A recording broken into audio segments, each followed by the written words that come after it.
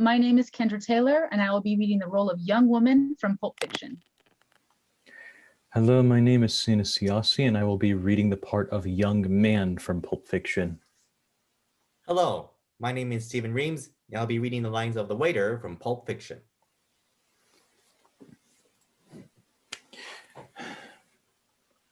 Nah, no, forget it. It's too risky. I'm not doing that shit. You always say that, the same thing every time. Never again. I'm through. Too dangerous. I know that's what I always say. I'm always right, too. But you forget about it in a day or two. Yeah, well, the days of me forgetting are over, and the days of me remembering have just begun. When you go on like this, you know what you sound like? I sound like a sensible fucking man is what I sound like. You sound like a duck. Well, take heart, because you're never going to have to hear it again. Because since I'm never going to do it again, you're never going to have to hear me quack about how I'm never going to do it again.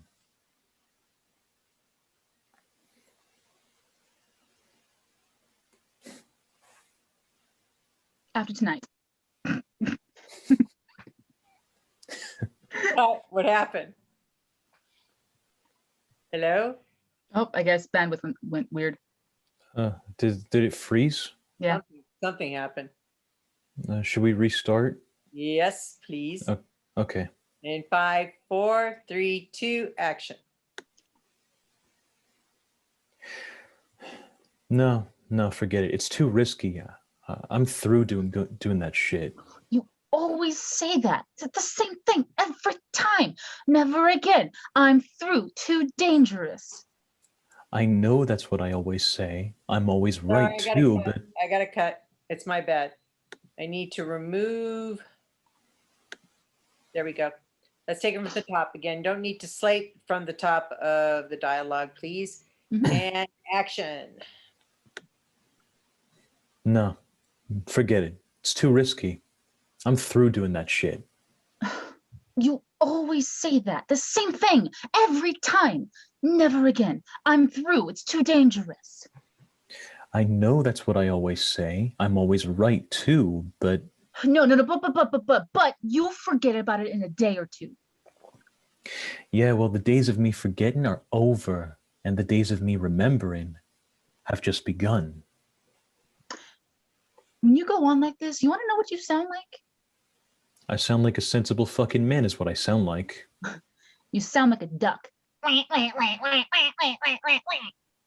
Well, take heart, because you're never going to have to hear it again. Because since I'm never going to do it again, you're never going to have to hear me quack about how I'm never going to do it again. After tonight.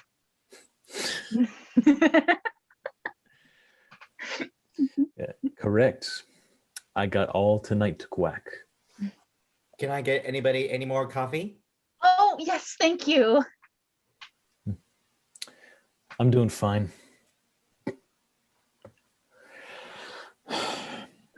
I mean, the way it is now, you're taking the same fucking risk as when you rob a bank. You take more of a risk, like banks are easier. Federal banks are supposed to stop you anyway during a robbery. They're insured, like why should they care? You don't even need a gun in a federal bank. I heard about this guy, walked into a federal bank with a portable phone, handed the phone to the teller. The guy on the other end of the phone said, "We got this guy's little girl, and if you don't give him all your money, we're gonna kill her." Did it work? Fucking A, it worked. That's what I'm talking about. Knucklehead walks in a bank with a telephone, not a pistol, not a shotgun, but a fucking phone cleans the place out. And they don't lift a fucking finger. Did they hurt the little girl? I don't know. There probably never was a little girl. The point of the story isn't the little girl. The point of the story is they robbed the bank with a telephone. So what, you want to rob banks? I'm not saying I want to rob banks. I'm just illustrating that if we did, it would be easier than what we've been doing. So you don't want to be a bank robber? Nah, all those guys are going down the same road. You're either dead or serving 20. And no more liquor stores? What have we been talking about? Yeah, no more liquor stores. Besides, it ain't the giggle it used to be. Too many foreigners own the liquor stores. Vietnamese, Koreans. And can't fucking speak English. You tell them, empty out the register. And they don't know what it fucking means. They take it too personal. We keep on, one of those gook motherfuckers is gonna make us kill them. I'm not gonna kill anybody. I don't want to kill anybody either. But they're probably gonna put us in a situation where it's either us or them. And if it's not the gooks, it's these old Jews who've owned the store for 15 fucking generations. You got Grandpa Irving sitting behind the counter with a fucking Magnum. Try walking into one of those stores with nothing but a telephone. See how far it gets you. Fuck it. Forget it. We're out of it. Oh, what else is there? Like day jobs? Not on this life. Well, what then? Garcon. Coffee. This place. Garçon means boy. Here? It's a coffee shop. What's wrong with that? People never rob restaurants. Why not? Bars, liquor stores, gas stations, you get your head blown off sticking up one of them. Restaurants, on the other hand, you catch them with their pants down, they're not expecting to get robbed, or not as expecting. Yeah, I bet in places like this, you could cut down on the hero factor. Correct. Just like banks, these places are insured. The managers don't give a fuck. They're just trying to get you out the door before you start plugging diners. Waitresses, forget it.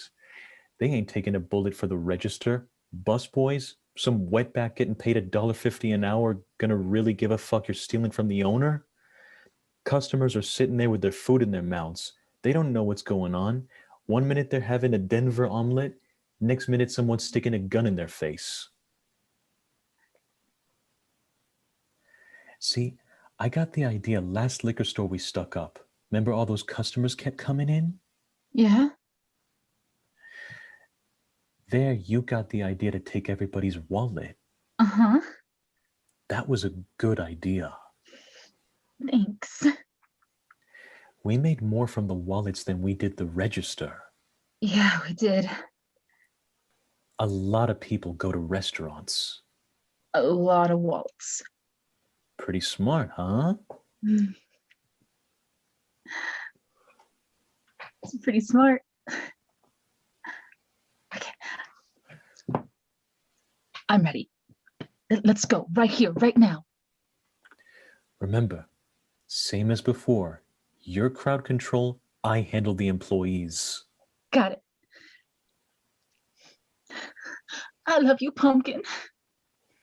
I love you, honey bunny. Everybody be cool, this is a robbery. Any of you fucking pricks move and I'll execute every one of you motherfuckers. Got that?